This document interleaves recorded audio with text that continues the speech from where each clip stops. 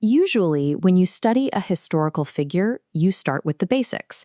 You map out the day they were born, the country they came from, and the timeline of their achievements.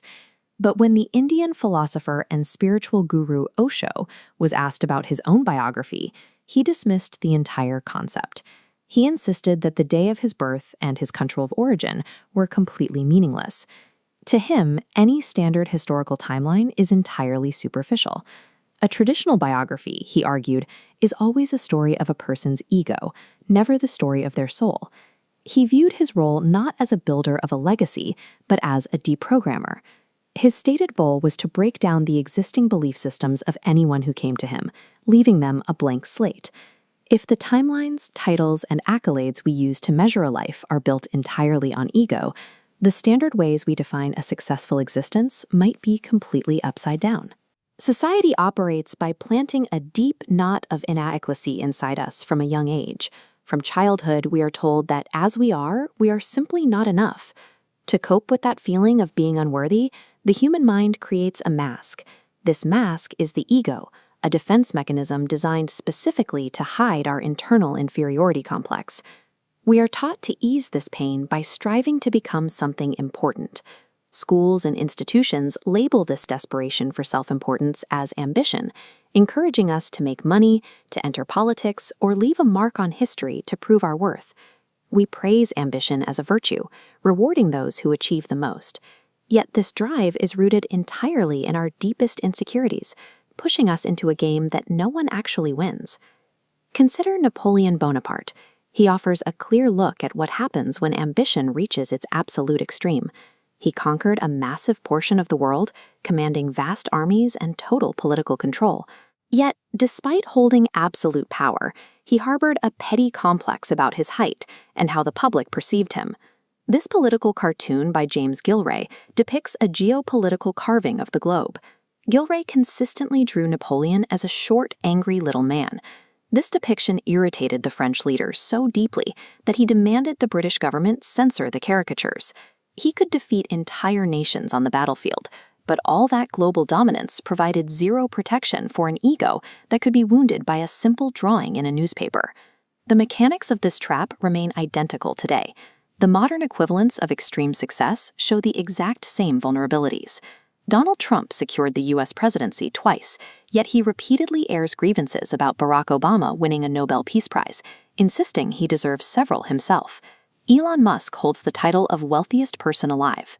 Despite immense financial security, he openly discusses his intense struggles with stress, insecurities, and loneliness.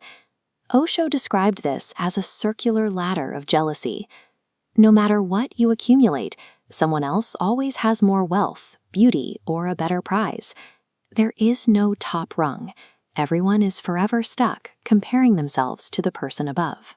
The individuals sitting at the highest echelons of wealth and power haven't escaped the system.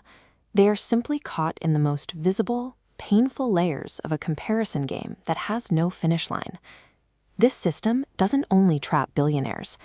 Modern society demands strict efficiency from all of us, and efficiency is a quality of machines, not humans.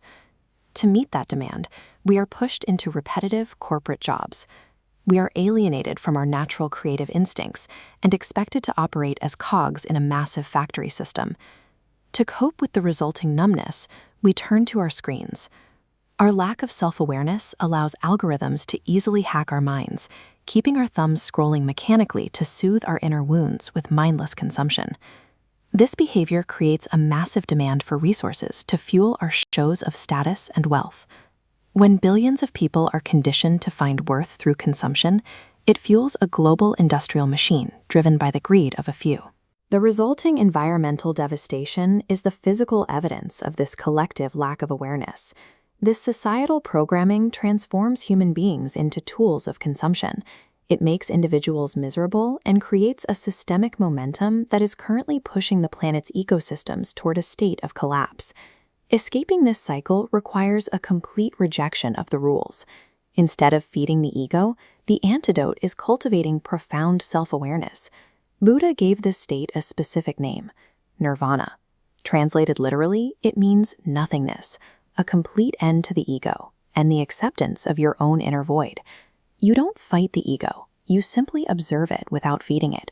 Under the breeze of pure consciousness, it collapses entirely. Letting go of your ego does not mean you stop working or give up your skills. It means you might still write a song or build a business, but your efforts will flow naturally, completely unpolluted by anxiety or competition. Society tells you that you are nothing and demands you strive to become something. Accepting that you truly are nothing is the only way to drop the crushing weight of that demand. You can see what this looks like in practice without needing to sit in a forest. A researcher named Vegeta spent years struggling in a highly coveted, stable corporate engineering job. He quit that job and later left a secure government position in the Ministry of Foreign Affairs. He abandoned the traditional metrics of success entirely to pursue writing and filmmaking. He found what he calls resonance. His work ceased to be a mechanical task performed for social status and instead became a joyful extension of meditation. By stepping off the circular ladder of jealousy, you stop fighting the current. You begin to flow naturally toward your own version of success, the exact same way a river flows to the ocean. True success isn't a timeline of achievements left behind for someone else to read in a biography. It is the peace and resonance you manage to cultivate for yourself in the present moment.